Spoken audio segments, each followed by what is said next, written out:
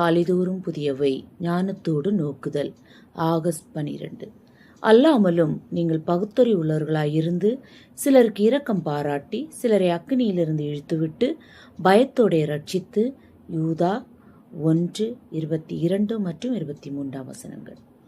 ஆத்துமாவின் நிலையை அனைத்து கோணங்களிலும் அலசுவதற்கு மெய்ப்பர்களுக்கு தேவனுடைய ஞானமும் 1000 கண்களும் தேவை என்று திருச்சபை போதகர் ஜான் கிறிசாஸ்டம் எழுதுகிறார்.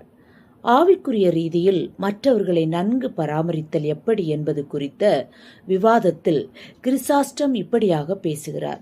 ஒருவரை கட்டாயப்படுத்தி குணமாக்குவது என்பது சாத்தியமில்லை என்பதினால் அவர்களை கரிசனையோடும் இரக்கத்தோடும் அவர்களின் இருதயத்தை அணுகுவதை அவர் வலியுறுத்துகிறார்.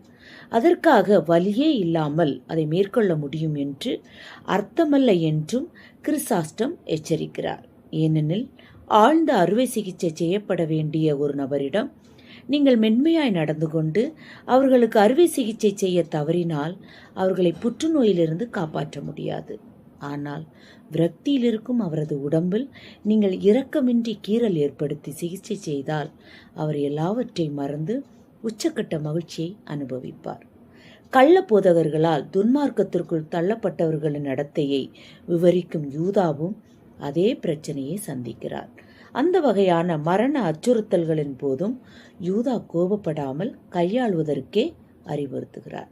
அதற்கு பதிலாக விசுவாசிகள் அச்சுறுத்தல்களை சந்திக்க தேவனுடைய அன்பில் இன்னும் அதிகமாய் வேரூன்ற வேண்டும் என்று போதிக்கிறார். நாம் தேவனுடைய அன்பில் ஆழமாய் வேரூன்றும் போதே சரியான நேரம், தாழ்மை மற்றும் இரக்கத்தோடு மற்றவர்களுக்கு உதவி செய்யும் ஞானத்தை தேவனிடத்திலிருந்து பெறக்கூடும். இந்த பாதையே மற்றவர்களுக்கு சுகத்தை அடைய செய்து தேவனுடைய அன்பின் மகத்துவத்தில் இளைப்பாற செய்கிறது. நம்முடைய அச்சுறுத்தல்களை கையாள்வதற்கு முன்பு பரிசுத்த ஆவிக்குள் நாம் கட்டப்படுவது மிக அவசியம். வசனம் 20 நாம் பார்க்கிறோம். கடும் துயரில் இருந்தவர்களுக்கு சிறந்த ஞானத்தோடும் இரக்கத்தோடும் உதவி செய்த எந்த உதாரணத்தை நீங்கள் பார்த்திருக்கிறீர்கள்? தேவனுடைய அன்பை மற்றவர்களுக்கு பிரதிபலிப்பதற்கு, அவர்களுக்கு உதவி செய்யவும், தேவைகளை சந்திப்பதற்கும் 1000 கண்களோடு அவர்களை பார்க்கும் ஞானத்தையும் இரக்கத்தையும் பெற்றுக்கொள்ள ஜெபிக்க வேண்டும். அவர் தமது மகிமையினுடைய ஐஸ்வர்யத்தின்படியே நமக்கு அனுக்கிரகம் பண்ண வேண்டுமென்று நாம் வேண்டிக் கொள்ளுவோம். ஜெபம். தேவனே, தீமையையும் வெறுப்பையும் சந்திக்கும் போது தெய்வீக அன்பில் வேரூன்றி நிற்க உதவி செய்யும். ஆமேன்.